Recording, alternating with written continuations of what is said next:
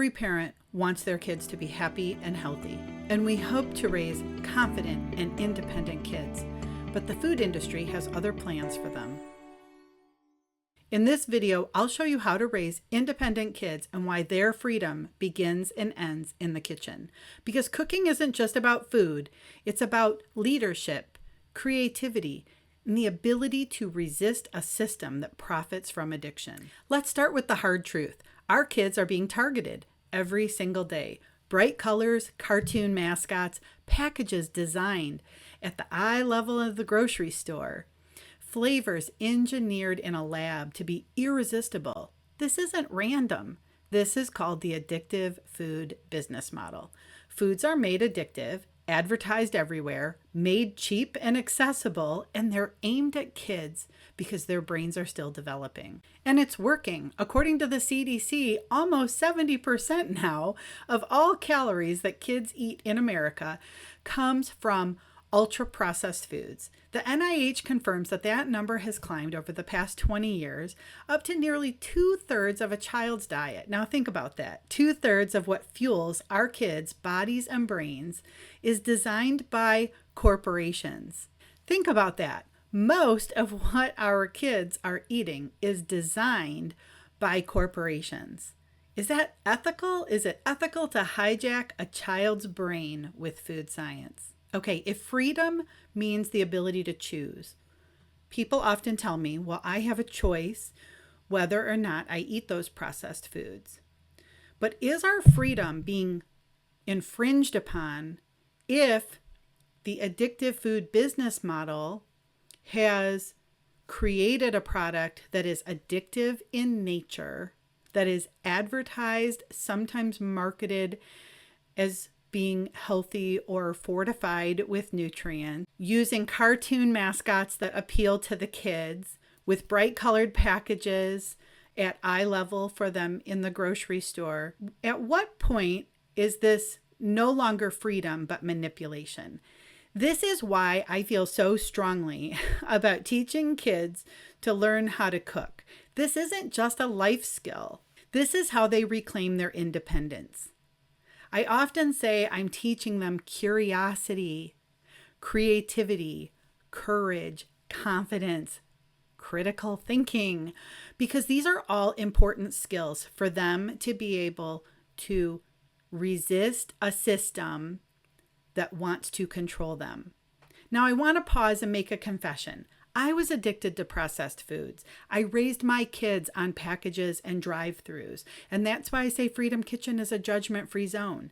I have watched clients wrestle with processed food addiction. I've lived it myself, and I know the first step isn't guilt or shame, it's awareness. And then it's giving the families tools to do better.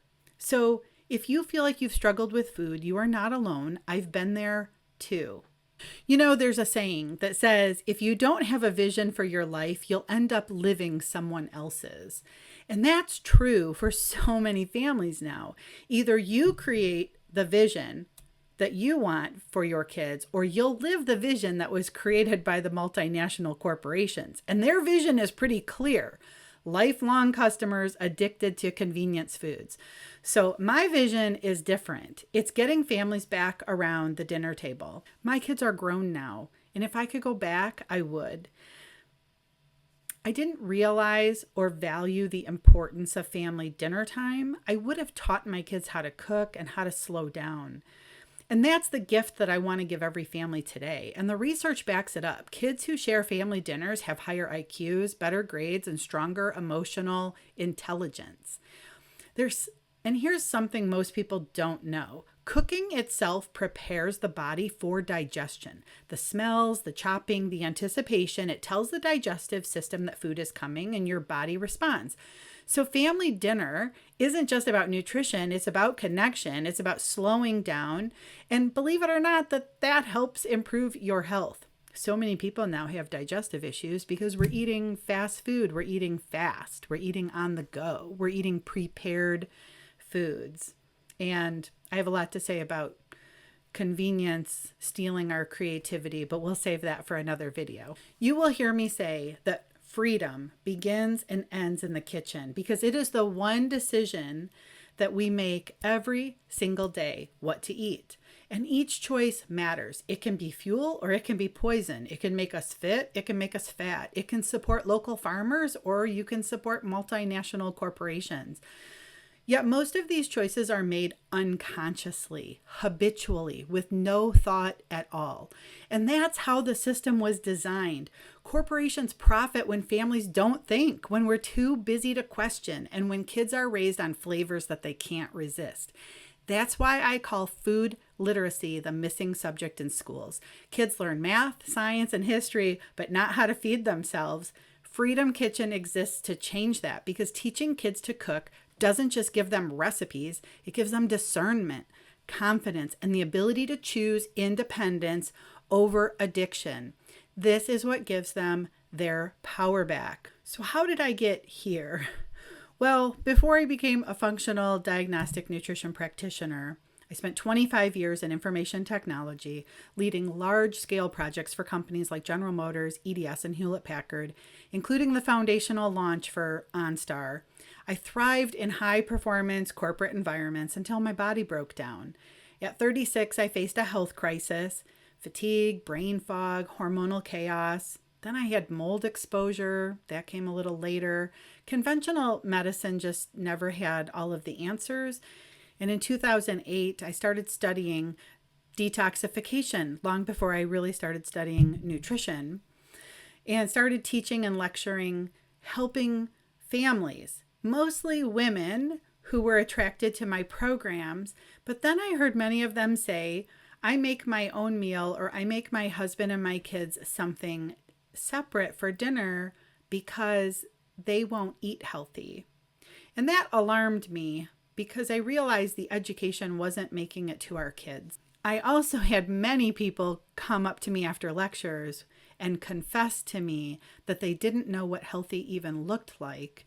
And then they would sheepishly acknowledge that they didn't know how to cook. This was my turning point. Talking about health wasn't enough. I had to show it. I began cooking demos, then family classes, and in 2019, I taught my first kids class, at first reluctantly, but then I realized kids are fearless. They ask bold questions and they like to experiment. They can connect the dots. And that's when it hit me.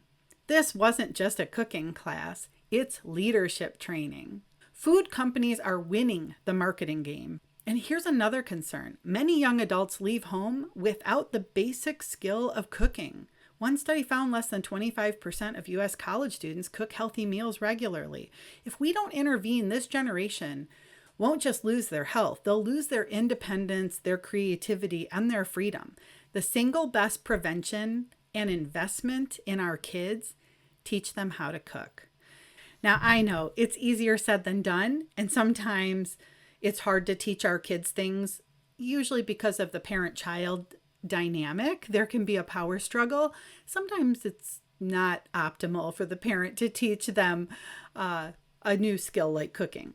So that's why I offer classes, including online and virtual classes, so that you can watch the videos with me or have them watch the videos and cook along with me. So if you've ever wondered why your family struggles to eat healthy, now you know it's not your fault. It's the system. There is a solution. We get back in the kitchen together. Our kids deserve more than convenience. They deserve freedom.